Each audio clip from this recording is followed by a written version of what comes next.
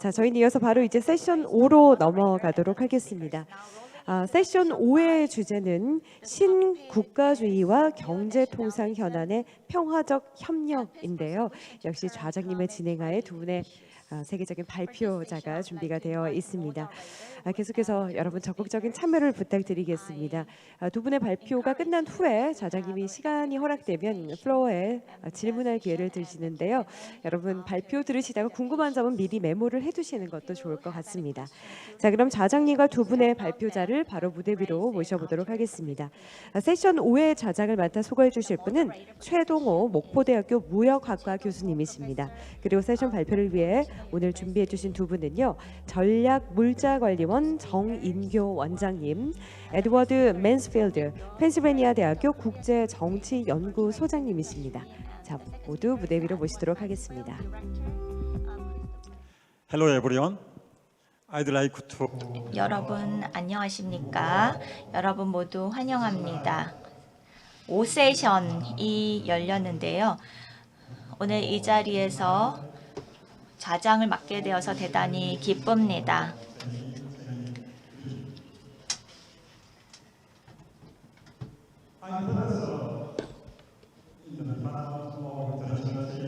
저는 목포대학교 무역학과에 재직하고 있습니다.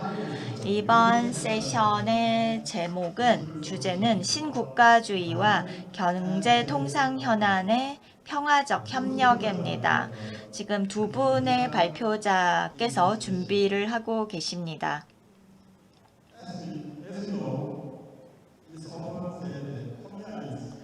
보통 이렇게들 얘기합니다. 한국은 무역을 통해 먹고 살았다, 생존했다라고 합니다. 한국 경제는 절대적으로 수출에 의존하고 있습니다. 그래서 해외 시장, 국제 시장은 한국에 중요합니다. 한국은 자원이 부족하고 땅도 부족합니다. 그리고 시장도 작은 편입니다. 그럼에도 불구하고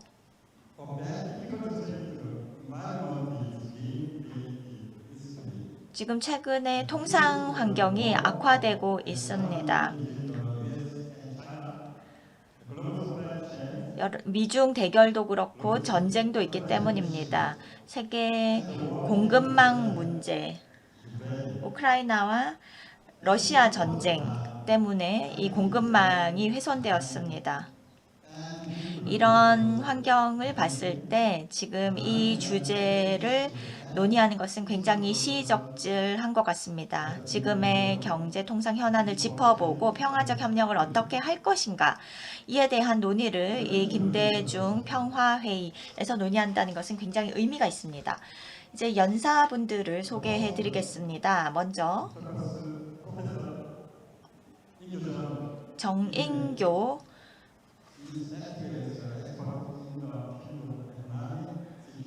전략물자관리원 원장님이십니다. 원장님께서는 미국의 대학에도 계셨고 전략물자연구원의 지금 원장으로 재직하고 계시고 경제안보 통상 분야의 전문가입니다.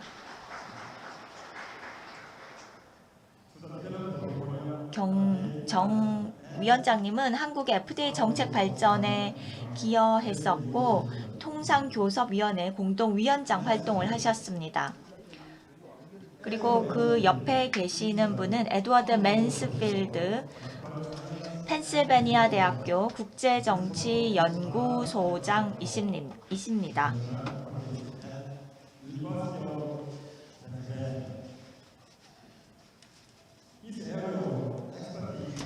교수님은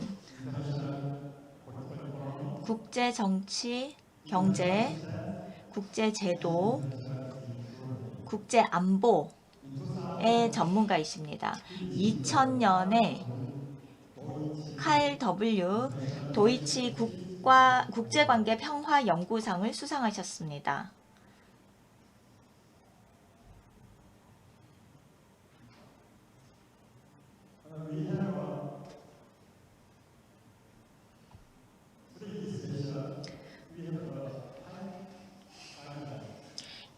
이번 세션에서 이제 발표 시간도 정해져 있는데요.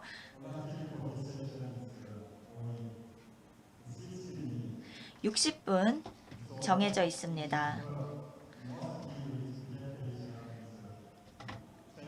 그래서 각 발표자분들께 20분이 할당되고요. 나머지 시간은 Q&A로 진행하도록 하겠습니다. 먼저 정인교 원장님께 마이크를 넘기겠습니다. 안녕하십니까. 먼저 이곳에 함께 할 수 있게 되어서 무척 기쁘게 생각합니다.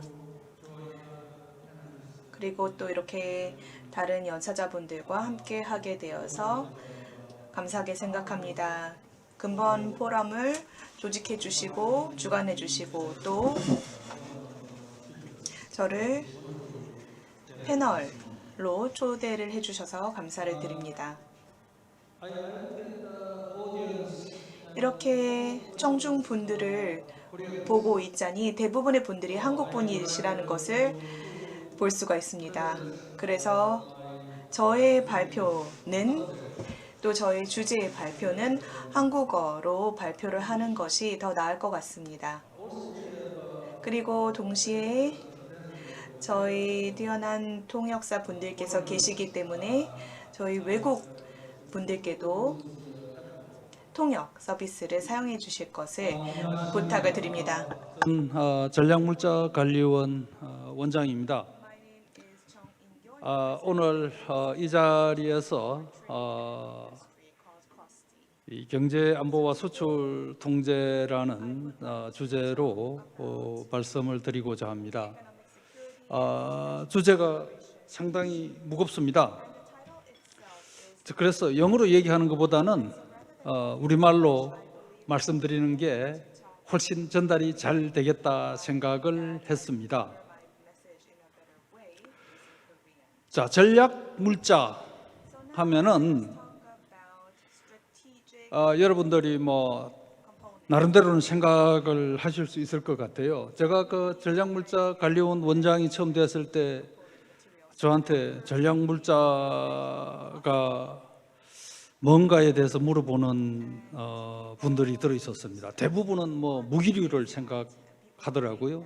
물론 이런 재래식 무기는 당연히 전략 물자고, 그 다음에 이제 이중 용도 물품이라 해가지고 일반 민수용 소비자를 위한 제품으로 만들어졌는데 이게 무기에 쓰일 수도 있어요. 또 어떤 사람이 그런 물질을 손에 넣는가가 이게 또 매우 중요합니다. 그래서 하여튼 뭐 저희들 전문 용어로 이제 상항 허가라고 그러는데 이제 그런 업무를 저희들이 이제 담당을 하고 있고요. 물론 이제 공공기관이고 2007년에 설립이 되어져서 오늘에 이르고 있고, 전 세계적으로 수출 통제는 정부 당국이 다 처리를 합니다. 유일하게 대한민국만이 전략물자관리원을 세워서 물론 공공기관 형태고요. 저희들이 이 업무를 보고 있는데, 특히 요즘 들어서 이제 미중 갈등에다가 또 경제 안보 시대가 되면서 전 세계적으로 수출 통제의 중요성이 매우 커지고 있습니다. 자, 우리가 이제 전략 물자 하면은 그냥 물자니까 단순히 상품만을 생각하는데, 지금 미국이 특히 트럼프 행정부, 바이든 행정부로 바뀌고 하면서 미 행정부가 규정하는 수출 통제 대상은 말씀드렸던 이런 뭐 재래식 무기라든가 이중용도 물품을 떠나서 첨단 기술, 또 최근에는 투자까지도 수출 통제의 대상으로 규정을 하고 있습니다. 자, 우리나라에서는 뭐 전통적으로 전략 물자라 하면은 이제 상품 위주로 규정을 하고 있는데, 뭐 다른 법에서 부분적으로 조금씩은 이제 이 부분을 건드리고 있습니다만은, 이제 제가 오늘 말씀드릴 주제는 앞에서도 말씀이 많았습니다만은 G7 국가, 특히 선진국들의 대중국 정책이 디리스킹, 탈위험으로 바뀌었는데, 이 디리스킹 시대의 경제안보 정책이 뭐가 돼야 될 거냐에 대해서 제가 한두 가지 말씀드리는 걸로 말씀을 마치고자 하겠습니다. 경제안보에 대해서는 사실 뭐 전 세계적으로 합의된 정의는 없습니다. 국가별로 상당히 개념이 틀리다 정도만 말씀을 드리고요. 또 경제안보의 커버리지도 국가에 따라서 뭐 수동적인 관점에서 경제안보를 보는 나라가 있는가 하면은 미국, 일본 등 선진국은 수동적 플러스 적극적 분야까지도 경제안보 영역으로 간주를 하고 있습니다. 즉 수동적으로 했을 때는 우리가 흔히 말하는 이제 공급망 안정 같은 것이 될 거고요. 적극적으로 가면은 하여튼 그 나라 나름대로 첨단 기술이라든가 또 산업 경쟁력, 뭐 심지어 투자 정책에까지 국가 안보적 관점을 적용을 시키고 있습니다. 그 우리나라는 어느 정도냐? 기본적으로 뭐 제가 봤을 때는 수동적 관점에서 경제 안보 정책을 지금 하고 있고, 부분적으로 뭐 기술 개발 지원이라든가 또 기술 보호 정책을 하고 있는데 선진국에 비해서는 아직도 그 수준이 낮다라고 말씀을 드릴 수 있겠습니다. 디리스킹에 대해서는 앞에서 말씀도 계셨기 때문에 디리스킹에 관련된 몇 가지만 말씀드리겠습니다. 디리스킹, 탈위험하면은 선진국들의 대중국 정책이 근본적으로 바뀐 것처럼 인식을 할 수 있는데 사실은 별로 바뀐 게 없습니다. 디카플링과 거의 같다라고 봐도 무방할 겁니다. 저기 우리 린제이 박사님께서 고개를 끄덕이고 계신데 하여튼 이게 터미놀로지, 어휘상의 변화뿐이지 정책 기조는 그대로다. 그런데 이제 특히 거기에서 디리스킹을 하는 분야는, 그러니까 중국과 완전히 담을 쌓는 분야는 첨단 기술, 앞으로는 투자가 될 것이고, 그래도 중국과 거래가 유지되는 것은 범용 상품 정도일 것이다. 그게 아마 미국이 지금 장기적으로 기획하고 있는 국제 통상 질서가 될 겁니다. 그렇다고 해서 미국이 뭐 WTO를 뜯어 고쳐서 새로운 무역 질서를 만들 수가 없습니다. 그걸 만들어 나가는 데 있어서 미국의 가장 핵심적인 수단이 바로 수출 통제라는 거예요. 그래서 이 수출 통제는 뭐 단순히 이 수출, 아까 말씀드렸던 전략 상품 문제뿐만 아니라 기술, 더 나아가서 투자, 첨단 분야에 종사하는 전문 인력, 국제 수송 서비스 등등까지 다 포함하는 행태로 미국은 국내법으로 이미 규정을 하고 있습니다. 문제는 이걸 이제 국제적으로 어느 정도까지 적용시킬 수 있을 것인가가 미국의 글로벌 리더십이 될 텐데, 뭐 전 세계적으로 다 적용시키긴 어렵겠죠. 하지만은 지금 보시다시피 미국이 구상하고 있는 몇 가지 지역 포럼을 통해서 이런 정책을 꾸준히 실현을 시켜 나가고 있다. 지금 많은 포럼들을 미국이 운영을 하고 있는데, 뭐 공통 분야라고 그러면은 기술 보호가 될 거다. 물론 그거 말고 뭐 많은 협력 분야가 있습니다. 그런 분야는 뭐 제가 봤을 때는 대부분 데코레이션, 거의 뭐 장식용 수준이고, 핵심은 수출 통제로 가고 있다라고 보셔야 된다는 겁니다. 자, 그래서 오늘날 경제안보 시대에 국제 협력을 해야 될 분야, 당연히 공급망 안정은 매우 중요합니다. 그리고 수출 통제가 될 거다.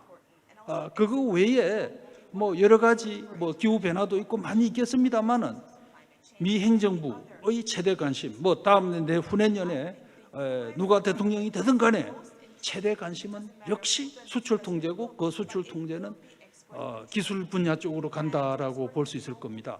뭐 디리스킹에 대해서 좋은 표현으로 설명을 우르셀라 폰 데르 라이엔 유럽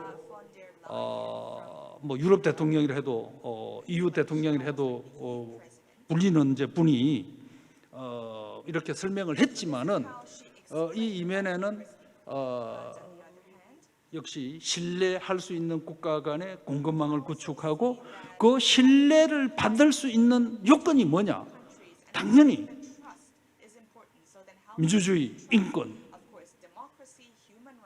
등과 같은 가치를 공유하는 국가이면서도 수출 통제를 제대로 하는 국가가 국제적으로 우방국이 봤을 때는 신뢰받는 그런 국가로 자리매김해 가고 있는 것이 현실이다라고 말씀드릴 수 있겠습니다.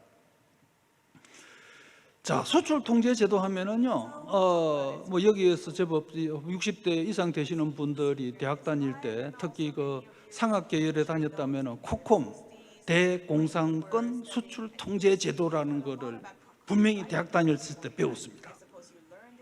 지금은 이제 바세나르 체제라고 바뀌었고요.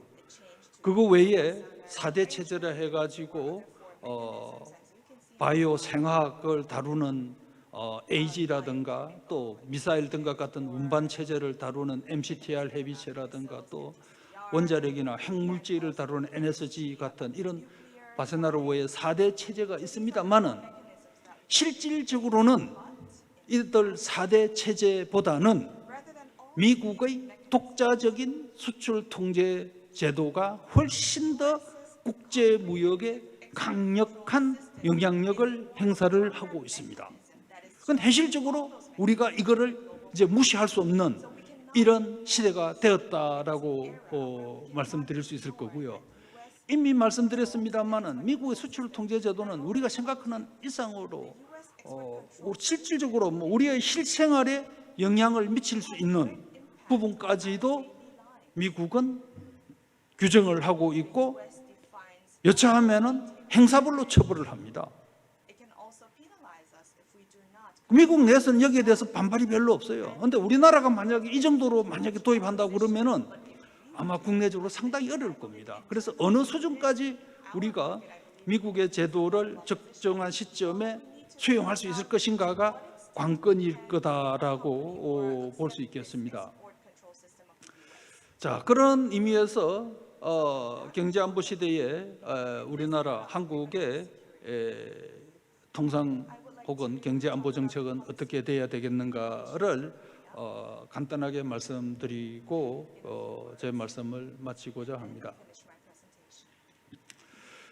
자, 우리나라는 인구 5천만의 지하자원, 우리 사회 보시는 교수님께서도 이미 말씀하셨습니다만은 사실 지하자원이 없는 나라가, 또 인구도 5천만 정도밖에 안 되는 나라가 세계 6위의 무역국가, 또 경제 규모로 보면은 세계 10위권, 뭐 재작년에 12위였죠. 올해는 어떻게 될지 모르겠습니다만은 그저 발달을 한 것은 뭐 당연히 국제 무역을 우리가 잘 활용을 해서 경제 성장, 발전 정책에 적용을 시켜 왔기 때문입니다. 이제는 시대가 완전히 바뀌어 버렸고, 이런 경제 안보 시대에 역시 우리는 발맞추어서 우리의 제도와 또 우리의 어떤 그런 수출 역량을 개선해 나갈 수밖에 없다. 그런 측면에 있어서 경제 안보에 관련된 정책은 아까 말씀드렸던 수동적 및 적극적 경제 안보 정책으로 가야 되겠다라는 말씀드리고 싶고요. 당연히 공급망 안정성에 대해서는 뭐 우리가 가장 우선적으로 역점을 두어야 될 겁니다. 그 관련해서 정부에서도 이미 소부장 위원회 등을 구성을 해서 기업들한테 많은 지원을 하고 있습니다만은 사실 미국이나 일본 등 선진국에 비하면은 아직도 우리나라의 과학 기술에 대한 지원은 취약한 편입니다. 사실 이거를 더 확대를 시켜야 되겠다라는 말씀을 드리고 싶고요. 그다음에 이제 수출 통제 제도를 우리 경제 규모 또 우리의 이 수출 역량에 맞추어서 업그레이드를 좀 시켜야 될 것 같습니다. 사실 우리는 뭐 전 세계적으로 봤을 때 밀어내기 수출을 했을 정도로 수출하면은 뭐 거의 그 경제 정책에 있어서 가장 중요한 어떤 그런 우선 순위를 두고 운영을 해왔는데 수출 통제를 한다고 그러면은 이걸 누가 좋아하겠습니까? 그러다 보니까 전략물자관리원의 역할이 그 동안에는 뭐 눈에 띄지를 않았습니다. 그런데 이제 수출을 혹시라도 조금 잘못하게 되면은 사실은 기업의 운명이 흔들릴 정도로 위험해지는 그런 시대가 되고 있고 안전한 무역을 위해서는 기업인들도 수출에 있어서 따르는 그런 위험들 또 내가 이 상품을 수출하는 게 맞는 건지 또 아니면은 뭐 기술 분야에 있어서도 혹시 뭐 흔히 미국에서 말하는 우려 국가, 뭐 다시 말하면은 중국이고요. 또 테러 집단 이런 쪽으로 위험한 기술이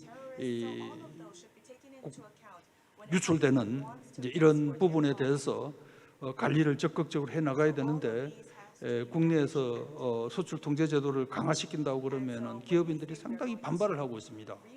그러면은 이제 저희들이 극복을 해야 되고 정치권에서도 여기 우리 존경하는 김홍업 의원님 계십니다만은 이제 이런 부분도 좀 정부에서 법을 개정을 해서라도 수출 통제가 제대로 되어져서 말 그대로 신뢰받는 국가가 되어져야 되고 그랬을 때 과학 기술에 있어서도 우리가 지금 뭐 과학 기술 동맹 등을 지금 많이 얘기들 하고 있는데 이것도 가능해지는 그런 시대가 되었다라는 말씀 드리면서 제 발표를 마치도록 하겠습니다. 감사합니다.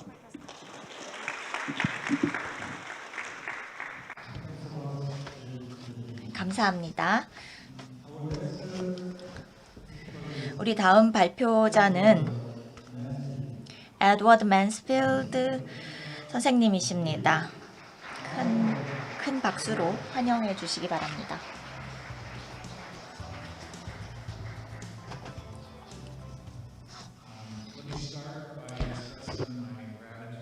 먼저 감사함을 말씀드리고 싶습니다. 백학순 조직위원회 의장님께서 이 중요한 행사에 저를 초대해 주셔서 감사하다는 말씀을 드리고요. 저는 신자유주의, 신민족주의, 그리고 평화, 국제무역 이슈에 대한 평화적 솔루션에 대한 말씀을 요청받았습니다. 지금 현재 통상 시스템은 스스로 신민족주의, 새로운 민족주의를 만들어내고 있습니다. 우선은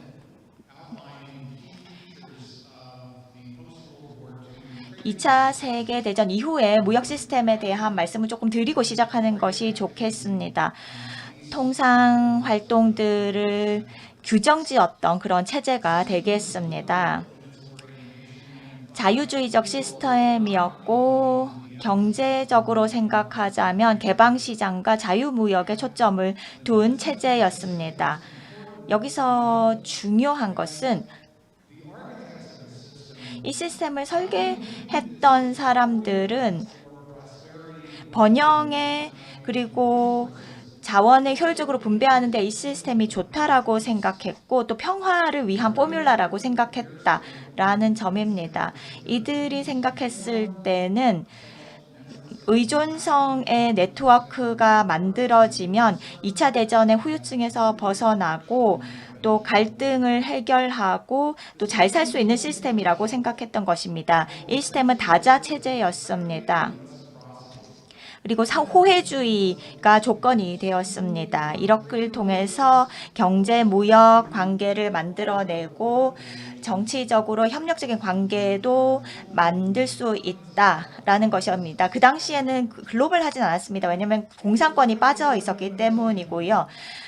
이 당시에는 미국과 독일 주도였습니다. 여기서 중요한 것은 미국이 훨씬 더 많은 힘을 써서 질서를 구가했다라는 것입니다. 이 전체 시스템에서 안정성이 만들어졌고 하지만 기능하는 과정에서 갈등이 자라나기도 했습니다. 마지막으로 또 여기서 중요한 것은 개방적일 뿐만 아니라 정치학자들이 말하기를 자유주의가 내재되어 있다라고 했습니다. 이 시스템은 개방적이고 경제적인 국제관계이긴 하지만 이 설계자들은 어떤 부분은 사회에서 실패하고 있는 부분이 있을 것이다. 잘 안 되는 부분이 있을 것이다 라고 예측을 했습니다. 그래서 이렇게 잘 안 되는 부분은 보상을 받아야 하고 피해는 흡수되어야 한다라고 생각했습니다. 이런 것들은 정치적으로 해결을 해야 했고 그러다 보니 국제 시스템에 어느 정도 약화하는 힘이 발생하기도 했습니다. 아주 대략적으로 이 글로벌 무역 개방성을 보여주는 그래프입니다.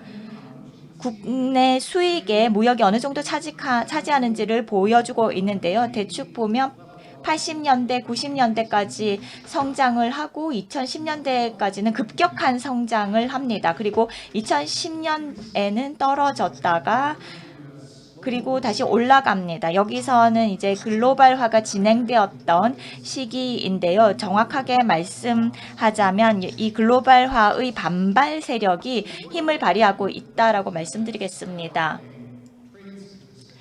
이 무역 통계량이 1990년에서 2010년까지 급격했던 이유를 살펴보자면 여러 가지 요인가 있습니다. 콜드워도 있었고 기술적인 것도 있었고 신자유주의라는 정책도 있었습니다. 1980년대에는 경제학자들과 정치학자들이 시장과 국가에 힘을 실어주는 얘기를 많이 했습니다. 그 당시에 워싱턴 컨센서스가 있었죠. 그 당시의 관점은 정부가 시장에 개입해서는 안 된다. 시장이 기능하도록 내버려 두어야 한다. 정부가 실수를 하게 되면 성장이 저해된다라는 관점이었습니다. 이것은 자유주의를 이탈시키는 것이었습니다. 그래서 정부는 개입을 할 수가 없었습니다. 패자에 대한 보상도 할 수 없었고 여기서 피해를 봤던 여러 회사들이 개방 무역에서 낙오될 수도 있었습니다. 어쨌든 이를 통해서 무역과 통상이 급격하게 증가했고 정부는 이 역효과를 흡수하기 위한 활동에 소극적이 되었습니다. 그래서 정부는 외부 시장에 더욱더 의존성을 가지게 되었고 내적으로 국내에 개입을 하는 것은 부정적으로 비춰졌습니다. 그리고 그러다 보니 경제적인 혼란이 야기되었습니다. 선진국에서는 제조 분야에서 그런 현상들이 눈에 띄었습니다. 일자리가 사라졌고 제조 분야에서 스태그네이션이 심해졌습니다. 이런 것들이 유권자를 뒤로 남기는 무시하는 현상이라고 할 수 있었습니다. 중산층과 저소득층이 스태그네이션의 피해를 가장 많이 받습니다. 실직을 했고 커뮤니티에서 활동을 하기가 어렵게 됐습니다. 많은 국가들, 많은 정보들은 그러다 보니 또 조치를 취하지 않았기 때문에 정부에 대한 신뢰도 떨어졌고 이에 따라서 민족주의적인 정서가 하락했습니다. 그 이후에 파퓰리스트적인 것들 그리고 민족주의라는 것이 위험하다라는 특성으로 인식되었고 왜냐하면 민족주의라는 것이 우리와 타인 그리고 국제적인 관계에 있어서는 고립주의와 유사하게 취급됩니다. 보호주의이기도 하고 국제 경제와 통상 분야에서는 그렇게 느껴졌습니다. 엘리트주의고 민주주의고 또 다자주의에 반하는 것으로 여겨지는 것이 민족주의적인 정서였습니다. 하지만 이 민족주의를 표방하는 사람들이 부상하기 시작했습니다. 왜냐하면 경제적인 혼란이 세계화의 여파로 태동했고 또 정부가 이에 대한 조치를 취하지 않음으로 인해서 나라가 혼란에 빠졌다라는 생각이 퍼졌기 때문입니다. 그래서 이 민족주의자들이 이 세계화를 비난하면서 인기를 얻기 시작했습니다. 그리고 국민들을 보호해야 한다. 무역의 세계화의 부정적인 영향으로부터 우리를 보호해야 된다. 우리의 생활 방식을 고수할 수 있어야 한다라는 주장이 인기를 얻기 시작했고 그러다 보니 문화적으로 여러 가지 불만 사항들도 나오기 시작했습니다. 이들이 주장하는 솔루션들은 우리 국가 중심주의로 돌아가기 시작했습니다. 어떻게 하냐면 외국 물자들을 제한하고 외국인을 차단하고 외국과 거리를 두는 것이다 라고 주장했던 것이죠. 이것은 다시 말해서 세계화의 반발이었습니다. 이런 식의 민족주의는 무역에 반대하고 난민에 반대하는 경향이었습니다. 이는 다시 국제 경제 시스템의 저해가 되는 것이었죠. 도널드 트럼프가 이를 자랑스럽게 옹호했었습니다. 그리고 영국은 그 결과로 EU에서 탈퇴했죠. 브렉시트가 발생했던 것입니다. 이런 것들은 굉장히 위험한 현상이었습니다. 정치적으로도 경제적으로도 위험했습니다. 굉장히 많은 그런 민족주의에 대한 이야기들이 있습니다.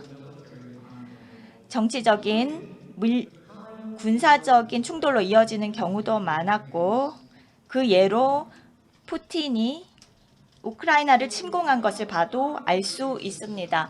현재 무역 시스템을 제가 앞서서 전후에 말씀드렸던 시스템과 비교를 해보자면 이렇습니다. 자유주의 질서가 앞서도 말씀을 해드렸는데요. 보호주의가 나타나게 되었고 세계화의 반발로 전 세계적인 그런 반세계화 정서가 퍼졌습니다. 다자주의가 위험에 빠졌습니다. WTO는 마비되었습니다. 어떻게 이 마비에서 풀려날 수 있을지에 대한 해결책은 요원합니다. 그리고 미국과 독일의 헤지모니도 약화되었습니다. 중국이 굴기했습니다. 국내적으로도 미국에서는 이 지금까지 맡아왔던 리더십도 포기하는 양상입니다. 민족주의가 나타나고 있고 리더십에 대한 피로감도 많이 쌓이게 되었고 그리고 개입하고자 하는 의지도 줄었습니다. 단순히 중국의 굴기 때문에 이런 현상이 나타난 것이 아니라 미국의 국내 정치적인 문제들도 있습니다. 그리고 이와 관련해서 나온 우려들이 이제 많이 나오기는 했는데 그 중에 하나가 브릭스입니다. 브릭스는 개도국 경제권들이 모인 블록입니다. 브라질, 러시아, 인도, 중국, 사우스 아프리카, 남아공입니다. 최근에 이 브릭스가 확장을 하기 위해서 2024년에 미국과 EU 등 여러 경제권 그리고 한국 등의 이 선진 경제권이 국제적인 경쟁 대결 압력을 높이고 있다라고 비난을 하고 있습니다. 그리고 내재된 자유주의가 소실되기 시작했습니다. 자유주의적인 국제 질서는 지금 굉장히 아직 부서지진 않았지만 굉장한 긴장 상태에 있다라고 말씀을 드리겠습니다. 뭐 다른 분들이 다 얘기를 하셨기 때문에 저는 간단하게 말씀을 드리면 미국과 중국의 갈등이 있고 이 두 나라는 서로 군사라든지 반도체 칩과 관련돼서는 서로 의존성을 줄이기 위해서 노력을 하고 있습니다. 양국 간의 무역 긴장이 2018년부터 시작되어서 무역 전쟁으로 불리기도 합니다. 민지 선생님께서도 말씀을 해주셨는데요. 바이든 행정부에서는 그렇게 표면화되지는 않았습니다만, 왜냐하면 트럼프보다는 바이든 행정부가 덜 호전적이었죠. 하지만 이 두 행정부의 통상 정책을 살펴보면 굉장히 유사하다는 점을 발견할 수 있습니다. 앞서도 들었습니다만 한국에도 부정적인 이런 관계가 영향을 끼치고 있습니다. 미국이 수출 통제를 하고 있고 한국은 첨단 기술 제품을 중국과 거래를 하고 있는데 지금 중국에서의 이 수입이 굉장히 많이 줄어들고 있습니다. 중국 경제 문제이고 또 수요가 줄었기 때문이기도 합니다. 한편으로는 브릭스의 굴기에 대한 우려도 있습니다. 2024년에 6개국이 더 가입을 하게 됩니다. 아르헨티나, 이집트, 이디오피아, 사우디아라비아, UAE 등이 가입을 새로이 하게 되는데요. 이 9개 국가들이 미국의 리더십에 대항하게 되고 또 서구 중심의 경제권에 대항하는 세력이 될 것입니다. 그리고 서로 하지만 이 브릭스 내부에서도 내부 관심이 다릅니다. 그래서 이 공동의 목표를 달성하기 위해서는 굉장히 많은 일들이 있어야 할 것이고 또 우려사항도 많습니다. 이 경제 규모가 계속해서 커지게 된다면 국제적으로는 통상적으로는 더 많은 문제가 발생할 것이다 라고 우려가 되는 것이죠. 그리고 의존성에 대한 우려도 있습니다. 많이 들었던 얘기 들었는데 평화를 위해서는 상호 의존성이 필요하다라는 것이었지만 이제는 정치적으로 악용할 수 있다. 의존성을 무기화할 수 있다라는 것입니다. 이런 관계 때문에 경제적인 관계들이 혼란으로 빠질 수 있는 거죠. 중국과 러시아를 보면 그렇습니다. 정치적인 영향력이 경제적인 부분들을 활용함으로써 발생하게 될 것이고 과거에는 협력적인 관계가 이제 긴장 관계로 돌아설 수도 있다라는 현상이 예상됩니다. 마지막으로 말씀드리자면 민족주의라는 것은 사실 여러 요소의 영향을 받았고 글로벌화는 신자유주의 환경에서 태동했습니다. 하지만 여기에 악화 요인들이 많습니다. 하지만 정부들은 이런 민족주의를 줄이고 자유주의를 회복시킬 수 있는 조치를 취할 수 있다라고 봅니다. 여러 나라들이 이 분배에서 소외된 나라들을 보상을 해줄 수 있어야 합니다.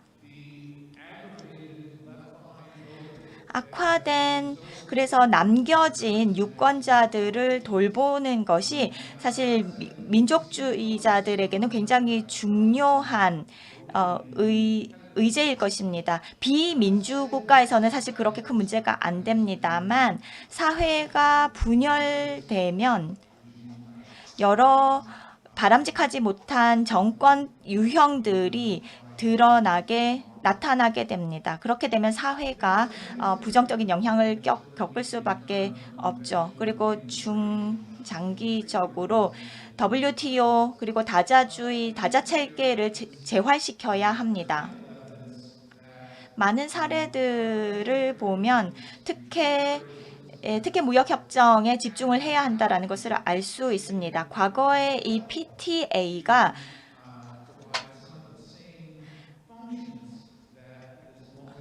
다자주의가 가지고 왔던 여러 가지 혜택들을 분배하는 데 좋은 효과가 있었다라는 것을 알 수 있습니다. 단순히 통상만 관련된 것이 아닙니다.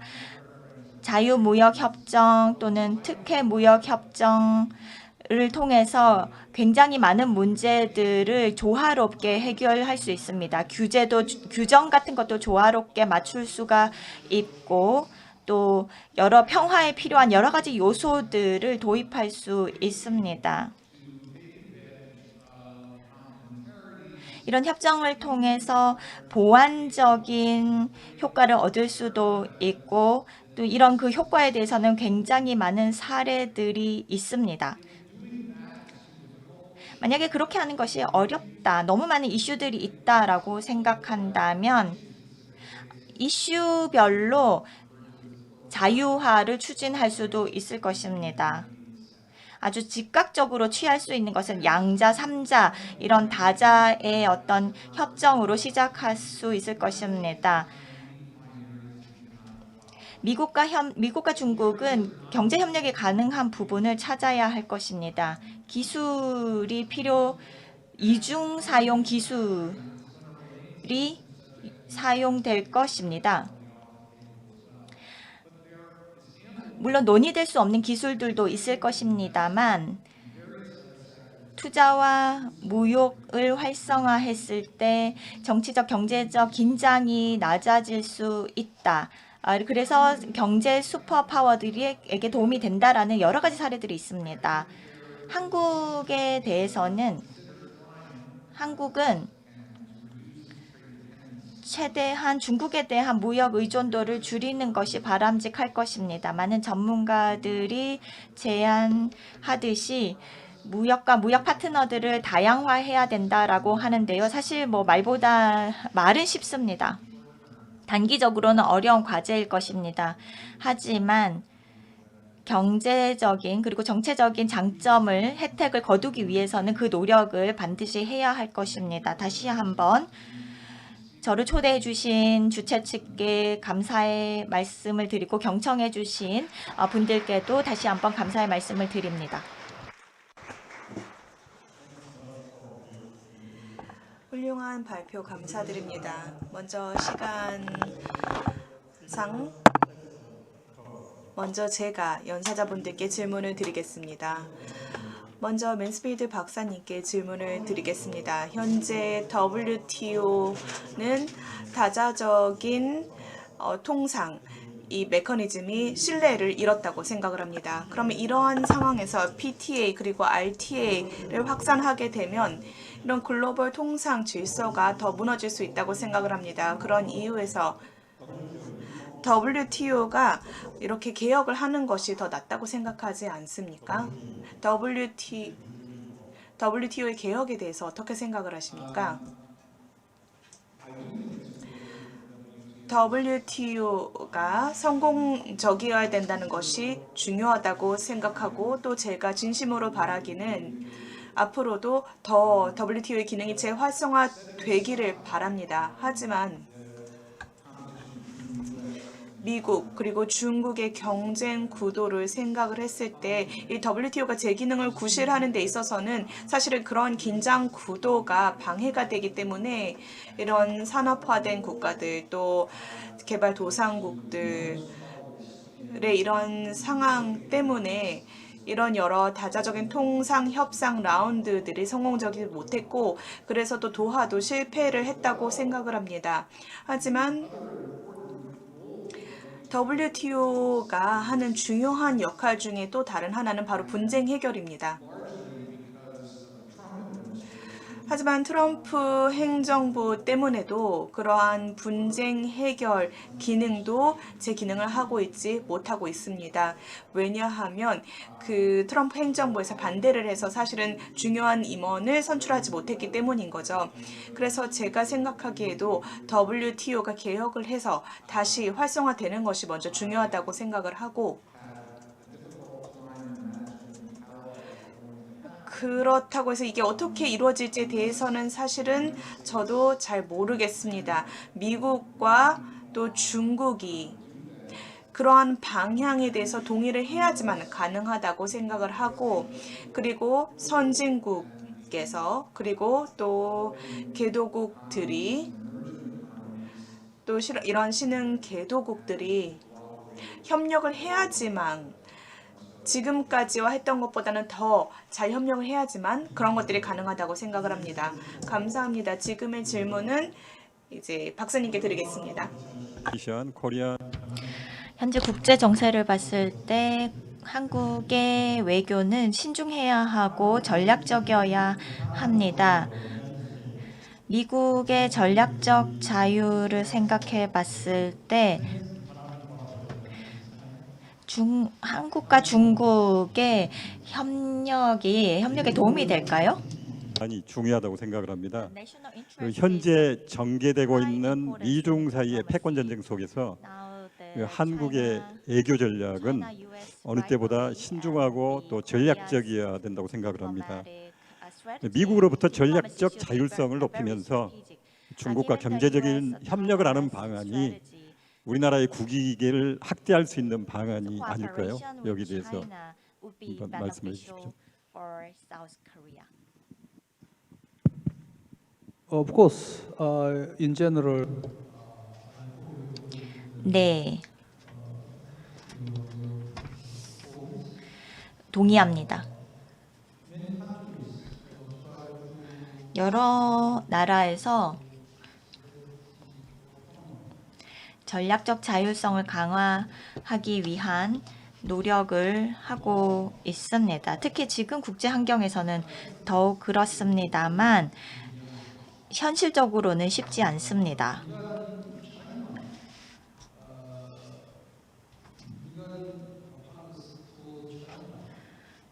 대중정책을 생각해 본다면 한국은 지금 세계에서 가장 힘든 입장인 것 같습니다. 맨스필드 선생님께서 이미 말씀을 하셨는데 한국이 중국과의 무역이 가장 활발한 나라라고 지적해 주셨는데 또 사실 중국과의 공급망이 깊게 연결되어 있다는 것도 사실입니다. 일본 등 여러 나라를 봤을 때 일본의 여러 기업들이 여러 시설들을 중국에서 아시아 국가로 이전을 해 왔습니다. 과거 몇십 년 동안 그런 활동을 했는데 우리나라는 사실 그렇지는 못했습니다. 다시 말해서 많은 생산 시설들이 중국에서 운영되고 있습니다.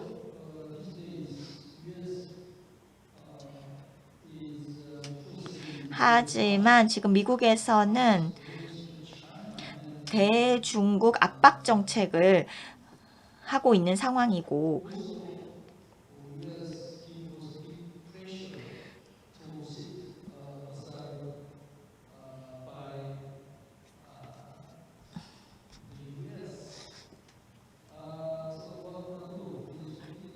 미국도 그런 사실 동맹국에게 압력을 가하고 있습니다.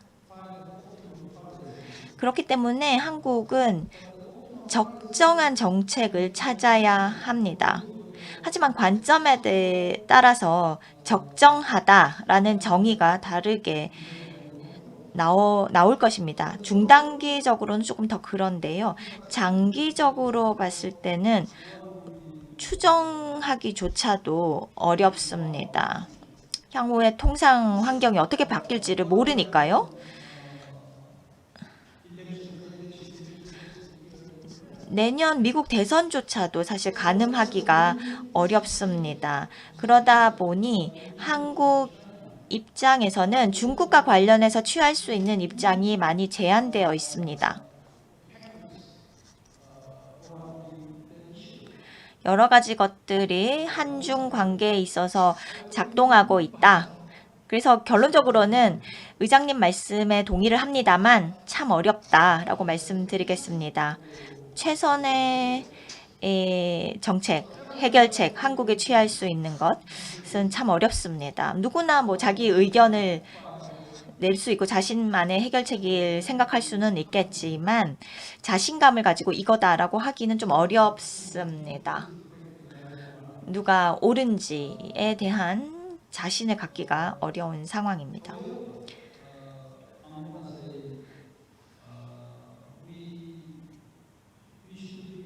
하지만 미국과 지금 함께 하고 있고 그 말은 맨스필드 교수님께서 또 말씀하셨다시피 중국에 대한 의존성을 줄여야 하는 것이 필요하고 또 한국은 자체의 경쟁력 있는 부문을 육성해서 중국의 경제적인 어떤 현황에 대응할 수 있어야겠습니다. focused on, but 제가 질문을 조금 더 받고 싶었습니다만 지금 거의 점심시간이 다 된 관계로 줄여야 할 것 같기는 합니다. 한 분의 질문을 받아보도록 하겠습니다. 맨스필드 교수님께 질문이 있습니다. 미국의 산업 정책에 대한 것입니다. 산업 정책의 해외 외부 정책, 대외 정책에 대한 말씀을 해주셨는데요. 그와 관련해서 상황을 바꿀 수 있을까요? 한국에게 요청하시기를 대중무역 의존도를 줄여라라고 하셨습니다. 미국의 산업 정책 때문에 사실 한국은 얻어가는 것이 없습니다. 이 상황에서 어떤 말씀을 해주실 수 있을까요? 글쎄요.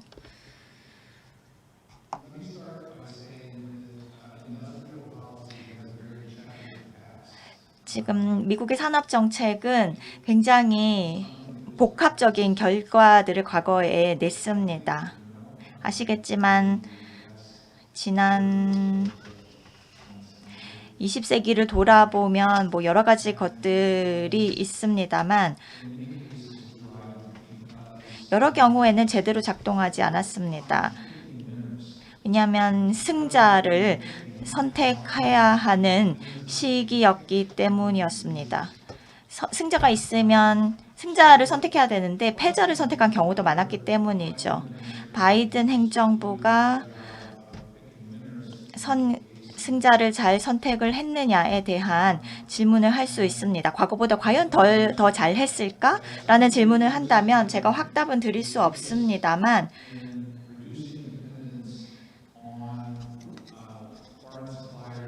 외국 공급에 대한 의존 또는 반도체나 칩과 관련해서 외세에 의존하는 것은 줄여야 하는 것이 방향인 것 같습니다. 지적을 하셨지만 한국이 대중 의존도를 줄일 수 있는가? 그와 동시에 수출 시장을 생각했을 때 전 세계에서 가장 지금 한국의 수출품을 받아줄 수 있는 가장 큰 시장은 무엇인가라는 것도 생각을 해본다면 미국이 사실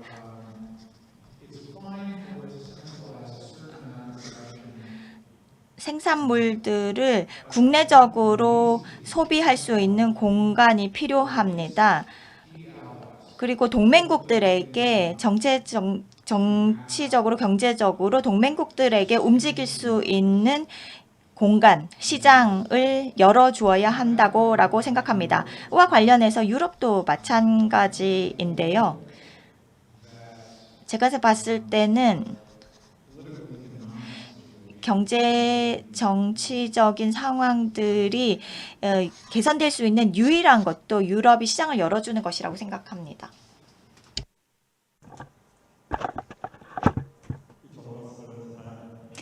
거의 오찬 시간이 되었기 때문에 오늘의 세션은 이렇게 가름을 하면 좋을 것 같습니다. 정 교수님께서 지금 이제 다른 일정으로 가셔야 되기 때문에 이렇게 마무리를 하도록 하겠습니다. 두 분의 연사자분들께 또 청중분들께 감사의 말씀을 드리겠습니다.